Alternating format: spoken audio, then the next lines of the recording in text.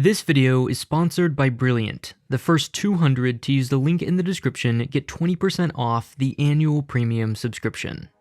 India is home to 1.3 billion people. In just 5 years, it'll pass China and become the most populous country on the planet.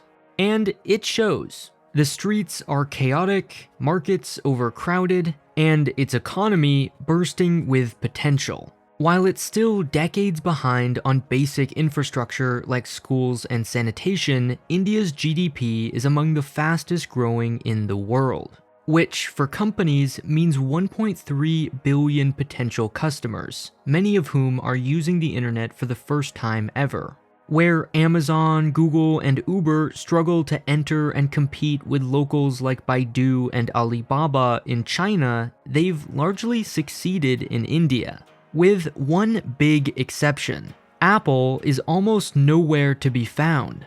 The iPhone is an unstoppable money-making machine, more successful than Boeing's 737, Toyota's Corolla, and the entire Star Wars franchise. And yet here it only commands about 1% of the whole smartphone market. Just in the last year, its government threatened to ban the iPhone over a disagreement about privacy. Apple reportedly lost 3 key Indian executives, and it failed to get approval for an official retail store. It's safe to say things aren't going so well. So what makes India so different, and what does it mean for the future of Apple? This is the sales miracle known as the iPhone.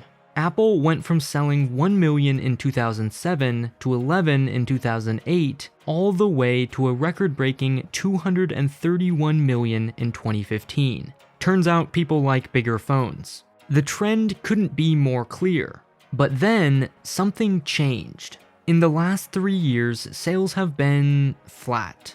And if we look at all smartphones, you can see Apple is no exception. What was 40 or 50 or even 60% growth has now become 0. Now, if flat means consistently selling 200 million premium devices year after year, well, that doesn't sound so bad. The iPhone isn't declining, it's just not growing. But Apple, of course, is a public company, and the stock market is based on the expectation of growth. It's not enough to make an unbelievable amount of money. It needs to make an unbelievable amount more than last year. Which brings us back to the basics. There are 3 ways Apple can sell an iPhone. Someone buying their first smartphone, someone switching from a competitor, or someone upgrading their current iPhone. The first 2 have been incredibly fruitful and are still responsible for millions of sales. But there are only so many humans on Earth. And at least for now, Apple is not in the business of making more. Which brings us to the third category, the customers it already has. For the average person, 2-year upgrades are becoming 3 or 4 or whenever this phone dies upgrades. Premium smartphone companies are in the business of making better, longer-lasting devices that will entice more people to upgrade. But that also makes them less eager to upgrade in the future. It's a tough game to play. We've reached a point where most people are mostly happy with what they have. In some ways, Apple is too successful for its own good. Today, it may sell the same number of phones, but more profit is being made, thanks to the higher prices of the 10 and 10s. Plus, existing users are valuable in more ways than one. We buy Apple Music, iCloud storage, Apple Watch, AirPods, and soon Apple streaming video.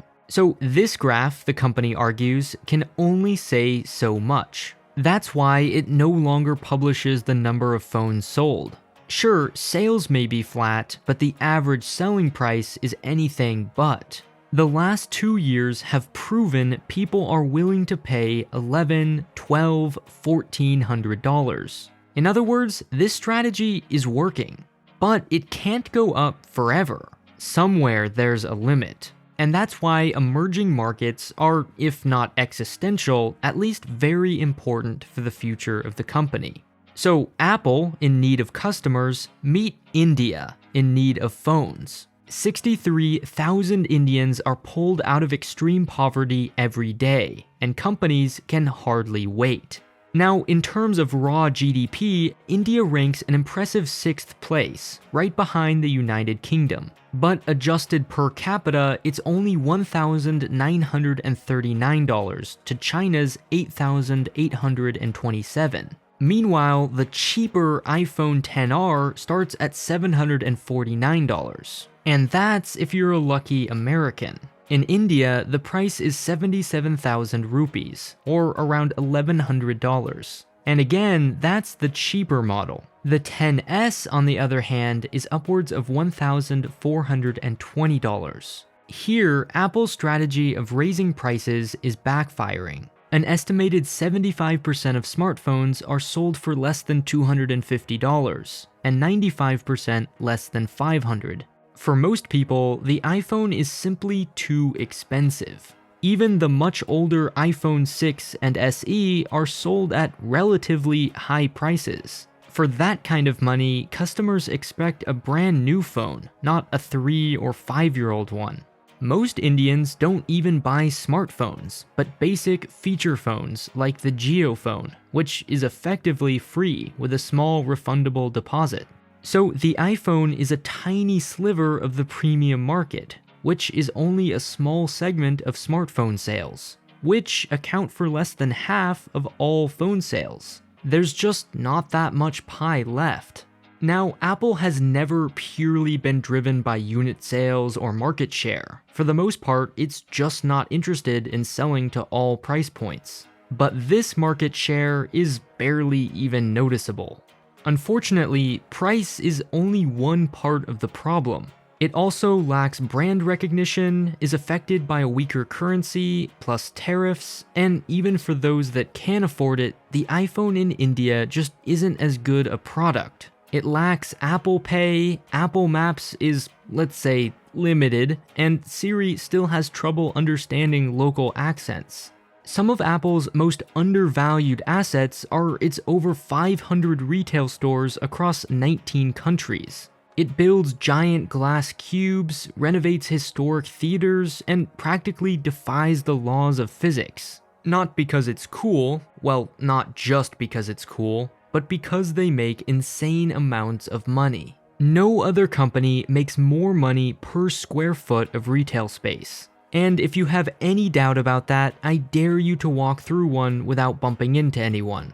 But all this means nothing in India. Here, phones are sold in small local shops where brands have little to no control. Not the best conditions for a company which regulates the height of its tables. And, at least for now, it legally can't open a store. The Indian government requires that any foreign-owned company buy at least 30% of its materials within the country before opening a retail store. In response, Apple has started manufacturing the SE and 6S in India, which it may soon do for newer phones as well. In the meantime, Chinese brands like OnePlus, Oppo, and Vivo carefully target the Indian market by producing low-cost, locally manufactured devices. Ultimately, the reason Apple can't compete is simple. It's not willing to adapt. The company has all the resources in the world, but unless it makes a significant change in strategy, India will never be the next China. The iPhone accounts for over 60% of Apple's total revenue.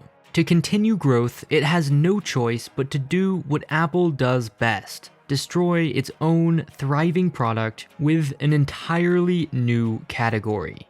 Since reaching a $1 trillion market cap, Apple stock has been unusually shaky. Sometimes this is significant. Sometimes it's normal market fluctuations. And you can tell the difference by understanding ideas like statistical variance, which you can learn with Brilliant. You don't want to panic and sell here, which is why this knowledge pays off. That's the power of topics like math, logic, and machine learning combined with economics. You can see a business from a whole new perspective. If you like learning new things, and clearly you do, you'll love the way Brilliant helps you understand new ideas, not just memorize their formulas. To get started, go to brilliant.org/polymatter and sign up today for free. The first 200 people to use that link will also get 20% off the annual premium subscription. Thanks to Brilliant for sponsoring this video, and to you for listening.